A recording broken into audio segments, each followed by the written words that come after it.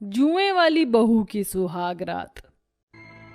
ये लड़की कहाँ रह गई है, ना जाने तैयार भी हुई होगी या नहीं। इसके कमरे में ही जाकर देखना पड़ेगा। भावना, तू तैयार हो गई क्या? भावना, ये तू क्या कर रही है? माँ, आपको दिखाई नहीं दे रहा कि मैं जुओं की कंघी कर रही हूँ? लेकिन अभी क्यों? तुझे पता नहीं तुझे देखने के लिए रिश्ते वाले आ रहे हैं और तू यहाँ तैयार होने की बजाय आराम से बैठकर अपने सर से जुएं निकाल रही है। क्या करूं मैं? खुजली इतनी हो रही थी कि बर्दाश्त नहीं कर पा रही हूँ। तेरी जुओं ने मेरा जीना हराम कर दिया है। घर में हर जगह सिर्फ तेरी जुएं ही हैं।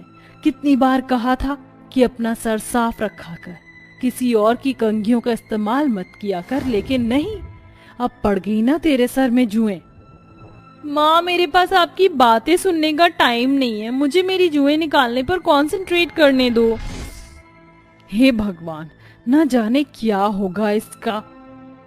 अपनी जुएं निकालना बंद कर और जाकर तैयार हो जा। थोड़ी ही देर में रिश्ते वाले आने वाले होंगे और याद रख, उनके सामने सर पर पल्लू रखकर आएगी। पिछली बार भी तुझे देखने के लिए लोग आए थे, तेरा पल्लू हट गया था, सभी लोग तेरे सर की जुएं देखकर भाग गए थे। अगर इस बार ऐसा हुआ ना तो तेरे सर के सारे बाल काट दूंगी। ना रहेंगे बाल और ना रहेंगे जुएं। आरती की बात सुनकर भावना जल्दी से उठकर तैयार होने लगती है। भावना के सर में बचपन से ही जुएं होती हैं। भावना की माँ आरती ने कई सारी दवाइयों का इस्तेमाल किया था, लेकिन भावना के बालों पर इसका कोई भी असर नहीं हुआ। भावना जहाँ भी जाती तो उसके सर से जुएं गिरती रहती, जिससे भावना हमेशा परेशान रहती। कभी किचन, कभी हॉल, कभी बेडरूम, तो कभी टॉवल में। ये सब देखकर आरती को बहुत गुस्सा आता है, लेकिन आरती भी मजबूर होती है क्योंकि उसे पता था उसके पास इन सारी चीजों को झेलने के अलावा कोई रास्ता नहीं है। थोड़ी ही देर में रिश्ते वाले भावना को देखने के लिए आते हैं। बहन जी, हमें तो आपकी लड़की बहुत पसंद है। इतनी संस्कारी लड़की आज के जमाने में कहाँ ही मिलती है।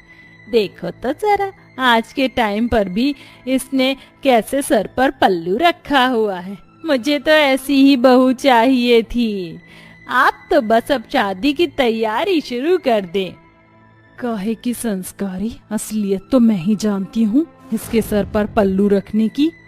हे भगवान, इसका रिश्ता तो तय हो गया, लेकिन शादी के बाद इसके ससुराल वालों को इसकी सर की जुओं से बचा कर रखना।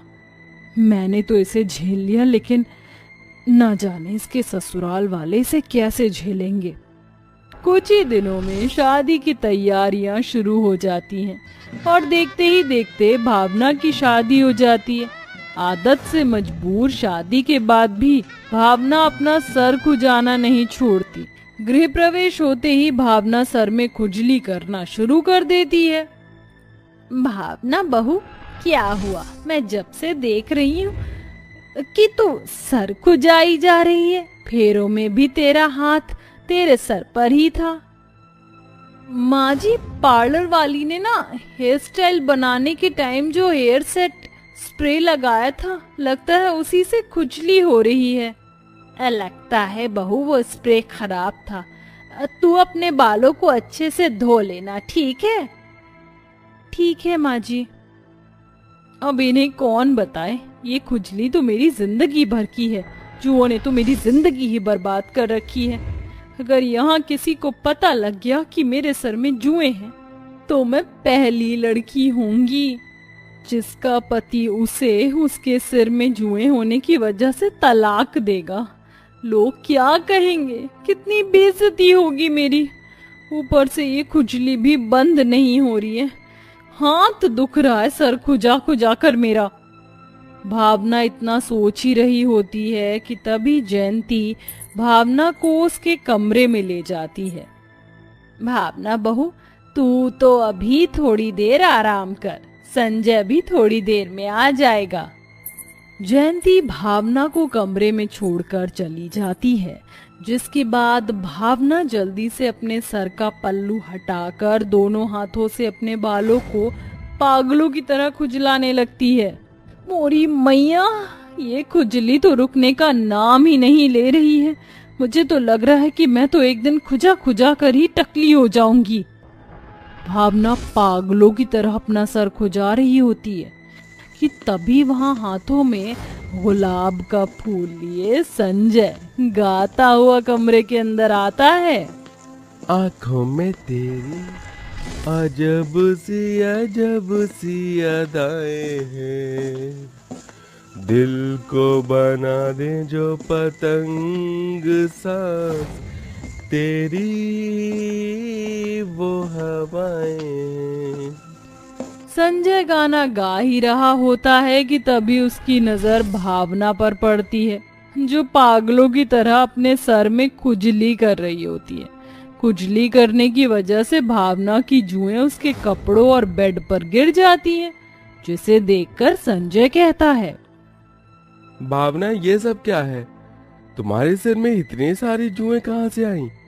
ऐसा लग रहा है कि तुम्हारे बालों में जुएं नहीं बल्कि जुओं में तुम्हारे बाल हैं। मैंने आज तक अपनी पूरी लाइफ में इतने जुएं कभी नहीं देखे। अब सब लोग मुझे जुएं वाली पत्नी का पति बोलकर बुलाएंगे। एक तो इस खुजली से इतना परेशान हूँ और आप हो कि मेरा मजाक उड़ा रहे हो। इधर आओ और इन सारी जुओं को मारना शुरू करो, वरना रात भर ये परेशान करेंगे। भावना के कहने पर संजय को ना चाहते हुए भी भावना की जुएं मारनी पड़ती हैं। इस वजह से संजय मन ही मन सोचता है, क्या से क्या हो गया? मैंने अपनी सुहाग रात के इतने सारे सपने सजाए थे, लेकिन इन जुओं ने उन सारे सपनों पर पानी फेर दिया। सुहाग रात बनाने के बजाय मैं यहाँ इसकी जुएं मार रहा हूँ। 2 घंटे जुएं मारने के बाद आखिरकार बेड पर गिरी जुएं खत्म हो जाती हैं, जिसके बाद भावना और संजय अपनी सुहाग रात बनाने के लिए एक दूसरे के करीब आते हैं। लेकिन जैसे ही संजय भावना के करीब आता है तो भावना के सर से जुएं गिरकर संजय के मुंह पर चली जाती हैं, जिसे देखकर संजय डर जाता है। मम्मी मम्मी, जुएं हटाओ मेरे मुंह से। डरने की क्या बात है, ये तो बस मामूली जुएं ही तो हैं। इतने मोटे मोटे जुओं को तुम मामूली जुएं कह रही हो? भाई, मैं तुम्हारे साथ इस बिस्तर पर नहीं सो सकता। तो मैं तुम्हारी जुओं के साथ तुम्हारी सुहागरात मुबारक हो। मैं तो चला सोफे पर सोने के लिए। इतना कहकर संजय जल्दी से बिस्तर से उठता और सोफे पर सोने चला जाता है, जिसे देखकर भावना को बहुत बुरा लगता है और दोनों ही बिना सुहागरात बनाए सो जाते हैं। अब धीरे धीरे भावना की जुओं से घर में सबको परेशानी होने लगती है, कभी खाने में, कभी टॉवल में, तो कभी किचन पर जुओं को, जिसे देखकर जयंती और संजय दोनों ही बहुत परेशान होते हैं। भावना बहू, अपने जुओं को संभाल कर रख, तेरी जुओं ने हमारा जीना हराम कर दिया है। जब देखो इधर उधर पड़ी रहती हैं। भला इतनी जुएं किसके सर में होती हैं? मुझे तो लगा था कि तू संस्कारी है, लेकिन मुझे क्या पता था तूने पल्लू अपने सर की जुओं को छुपाने के लिए रखा था। माँ जी, मैं जानती हूँ आप सभी लोग मेरे जुओं से परेशान हैं, लेकिन इसमें मेरी क्या गलती है? माँ ने मेरे सर में कई सारी दवाइयाँ लगाई, लेकिन मेरी जुओं पर थोड़ा बहुत भी फर्क नहीं पड़ा। जितना आप लोग परेशान हैं उससे ज्यादा मैं परेशान हूँ। मेरी हालत आप लोग नहीं समझ सकते, मुझे कितनी परेशानी होती है। इतना बोलकर भावना आंखों में आंसू लिए अपने कमरे में चली जाती है। भावना की बातें सुन जयंती और संजय को बहुत बुरा लगता है, इसलिए अब वो देसी तरीके से भावना की सर की जुओं को खत्म करने का तरीका ढूंढते हैं। भावना बहू, ये नींबू और लहसुन का पेस्ट है, इसे लगाने से तेरी सारी सर की जुएं हमेशा हमेशा के लिए खत्म हो जाएंगी। ये ले, इसे लगा ले। भावना जल्दी से वो पेस्ट अपने सर पर लगा लेती है। अब रोज भावना अपनी सास के बताए गए देसी नुस्खे का इस्तेमाल करती है, जिससे कुछ ही हफ्तों में भावना के सर की सारी जुएं खत्म हो जाती हैं। माँ जी, आज आपकी वजह से ही मुझे इन जुओं से राहत मिल पाई है, वरना मैं तो खुजा खुजा कर पागल हो चुकी थी। अब तुझे अपने बालों का अच्छे से ध्यान रखना है। अगर अब भी तू लापरवाही करेगी तो ये परेशानी तुझे दोबारा हो सकती है, समझी? भावना अपनी सास की बातों को अब अच्छे से समझ जाती है, जिसके बाद अब भावना अपने बालों का अच्छे से ध्यान रखती है। उन्हें हफ्ते में कम से कम 3 बार वॉश करती है और ना ही किसी और की कंघी का इस्तेमाल करती है, जिससे अब भावना के बाल बहुत साफ और सुंदर हो जाते हैं। अरे भाग्यवान, तुम्हारी तो तबीयत अब बार बार बिगड़ती ही रहती है। मुझे तो समझ ही नहीं आता कि मैं क्या करूं तुम्हारे लिए। अजी, आप कुछ मत करो, बस मेरी बेटी को हॉस्टल से वापस बुला लो। मुझे उसकी बहुत याद आ रही है। अगर मुझे कुछ हो गया तो मैं उसे कभी मिल भी नहीं पाऊंगी। जाने से पहले मैं एक बार अच्छे से अपनी बेटी से मिलना चाहती हूँ। भाग्यवान, ऐसा मत सोचो, तुम्हें कुछ नहीं होगा। रही बात शेफाली की, तो आज ही शेफाली को कॉल कर देता हूँ और उसे घर बुला लेता हूँ। मनोहर ये सोचकर अपने घर के टेलीफोन से अपनी बेटी के हॉस्टल में फोन करता है और उसे बात करके उसे घर आने के लिए कहता है।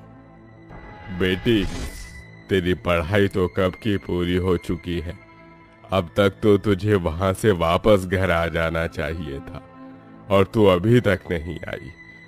देख बेटी, तेरी माँ बीमार है, उसे कब क्या हो जाए ये तो अब भगवान ही जाने। अगर तू अभी भी नहीं आई तो भगवान ही जाने क्या होगा तेरी माँ का। अरे पिताजी, आप चिंता क्यों करते हो? आपने मुझे बता दिया, मेरे लिए काफी है।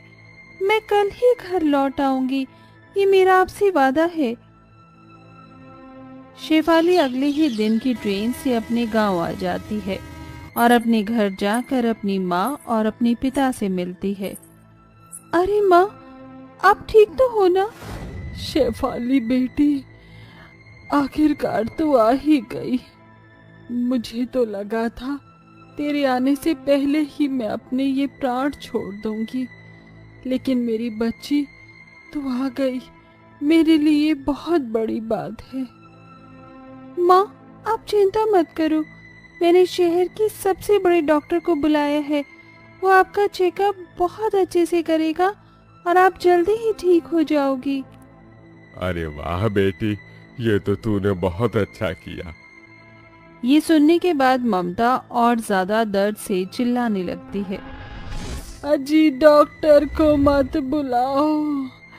बस मेरे जाने से पहले मेरी एक आखिरी इच्छा है, उसे पूरा करवा दो। अरे भगवान, देरी किस बात की कर रही हो? जल्दी से बताओ, क्या आखिरी तमन्ना है तुम्हारी? बस अब मैं जाने से पहले अपनी बेटी की शादी होते हुए देखना चाहती हूँ। अपनी आँखों से बस मेरी यही छोटी सी ख्वाहिश है। मान जा बेटी, मान जा। ममता की बातें सुनने के बाद उसकी बेटी उससे कहती है, माँ, आप ये कैसी बातें कर रही हो?